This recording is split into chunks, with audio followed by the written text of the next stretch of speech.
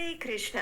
कार्तिक अपने आप में ही सबसे पावन महीना है, क्योंकि इस मास में भगवान श्री कृष्ण के द्वारा अनेक लीलाएं की गई थी। लेकिन हमारे वैदिक शास्त्रों में कार्तिक मास के अंतिम 5 दिवसों को भी अत्यधिक महत्व दिया गया है, जिसे भीष्म पंचक के नाम से जाना जाता है। इस भीष्म पंचक को विष्णु पंचक के नाम से भी हम जानते हैं। भीष्म पंचक का समय काल कार्तिक मास के शुक्ल पक्ष की एकादशी से प्रारंभ होकर कार्तिक मास की पूर्णिमा तक का होता है। कार्तिक मास के इस अंतिम 5 दिनों में पितामह भीष्म ने अपने देह त्याग की तैयारी स्वरूप उपवास किया था, क्योंकि भगवान श्री कृष्ण ने एक समय भीष्म देव से कहा था कि जो भी व्यक्ति कार्तिक मास के अंतिम 5 दिनों में कठोरता पूर्वक उपवास और नियमों का पालन करके इस व्रत का पालन करता है, उसे भगवान श्री कृष्ण की शुद्ध भक्ति प्राप्त होती है।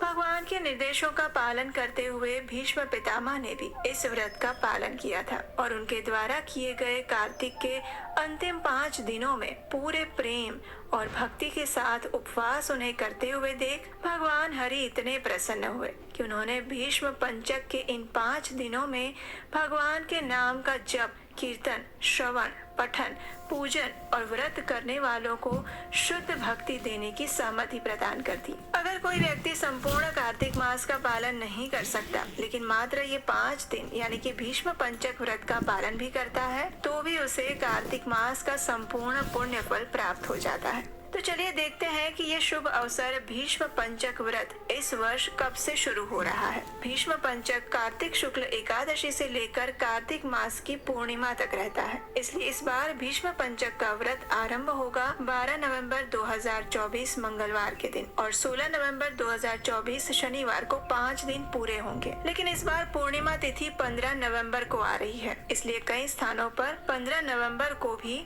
यानी कि कार्तिक पूर्णिमा के दिन इस व्रत की पूर्णाहुति की जाएगी। 12 नवंबर को यानी भीष्म पंचक के पहले दिन प्रातः काल में ब्रह्म मुहूर्त का समय रहेगा 5:15 और सूर्योदय होगा 6:51 पर। इस व्रत की पूर्णाहुति पूर्णिमा के दिन होती है और कार्तिक पूर्णिमा के दिन प्रातः ब्रह्म मुहूर्त का समय रहेगा प्रातः 5:17 और सूर्योदय होगा 6:53 पर। इसलिए जो व्यक्ति निष्ठा पूर्वक इस व्रत को समाप्त करता है, उसे भगवान की विशेष कृपा प्राप्त होती है। मनुष्य को आध्यात्मिक जीवन में प्रगति और वृद्धि के लिए इस व्रत का अनुष्ठान अवश्य करना चाहिए। पूर्व काल में अयोध्यापुरी में अतिथि नामक राजा थे। उन्होंने भी महर्षि वशिष्ठ के कहने पर इस परम दुर्लभ व्रत का अनुष्ठान किया था, जिससे वे इस लोक में संपूर्ण भोगों का उपभोग करके अंत में भगवान विष्णु के परम धाम चले गए थे।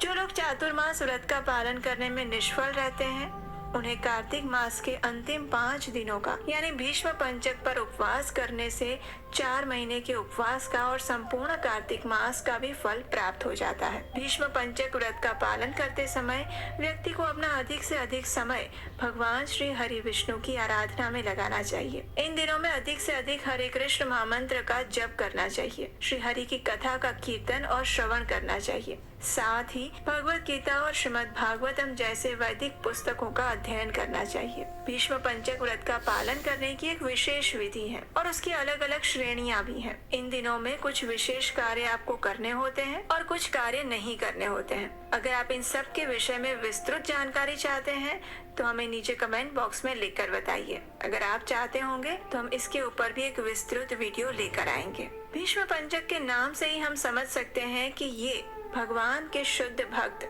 और 12 महाजनों में से एक भीष्म पितामह के लिए किया जाने वाला व्रत है। भीष्म पितामह महाभारत के एक महान पुरुष थे, जो भगवान श्री कृष्ण से अनंत प्रेम करते थे। उनका बाल्यकाल का नाम देवव्रत था, लेकिन भीष्म पितामह ने अपने युवावस्था में ही एक भीषण प्रतिज्ञा ली थी कि वे आजीवन ब्रह्मचर्य का पालन करेंगे और तभी से उनको भीष्म पितामह के नाम से जाना गया। उन्हें इच्छा मृत्यु का वरदान मिला हुआ था। जब महाभारत के युद्ध में वे बाण शैया पर सो रहे थे, उस समय महात्मा भीष्म ने युधिष्ठिर महाराज को राजधर्म, मोक्ष, धर्म और दान धर्म का वर्णन किया था और ये सभी बातें पांडवों के साथ भगवान श्री कृष्ण ने भी सुनी। इससे वे अत्यंत प्रसन्न हो गए और उन्होंने प्रसन्नता पूर्वक भीष्म देव से कहा, हे भीष्म, आप धन्य हैं। आपने धर्मों का स्वरूप सुंदर रूप से श्रवण करवाया है। कार्तिक मास की एकादशी के दिन आपने जल की याचना की और अर्जुन ने बाण मारकर गंगा जल प्रदान किया,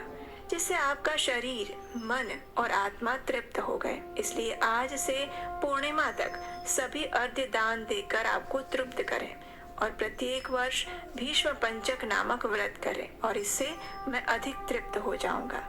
स्कंद पुराण में भी कहा गया है कि जो भी मनुष्य पुत्र कामना की इच्छा से स्त्री सहित यानी अपनी पत्नी के साथ मिलकर भीष्म पंचक व्रत का पालन करता है, उसे एक ही वर्ष में संतान की प्राप्ति होती है। अगर व्यक्ति भीष्म पंचक व्रत का पालन करता है तो सभी शुभ कर्मों का पालन करने का पुण्य फल अपने आप उसे मिल जाता है। इसलिए मनुष्य को निष्ठा पूर्वक इस व्रत का अनुष्ठान करना चाहिए। विशेष प्रयत्न पूर्वक कठोर तपस्या के साथ भीष्म पितामह के लिए जल दान और अर्घ्य दान अर्पित करना चाहिए। इस दिन जो भी व्यक्ति पंचगव्य, सुगंधि, चंदन युक्त जल, चंदन, उत्तम गंध और कुमकुम द्वारा भक्ति पूर्वक भगवान श्री हरि का पूजन करता है, उसे अवश्य ही मोक्ष की प्राप्ति होती है और वो आध्यात्मिक जगत को प्राप्त करता है। तो ये थी भीष्म पंचक व्रत के विषय में जानकारी। और जैसा कि हमने कहा, अगर आप इस विषय में विस्तृत जानकारी चाहते हैं और इस भीष्म पंचक व्रत का पालन कैसे करना चाहिए, कौन से दिन कौन से पदार्थ लेने चाहिए और किन पदार्थों का त्याग करना चाहिए, इन सभी विषय में जानना चाहते हैं तो हमें नीचे कमेंट करके बताइए। अगर आपकी इच्छा हुई तो हम इस पर संपूर्ण विस्तृत विधि वीडियो लेकर आएंगे और उसे याद से सुनने के लिए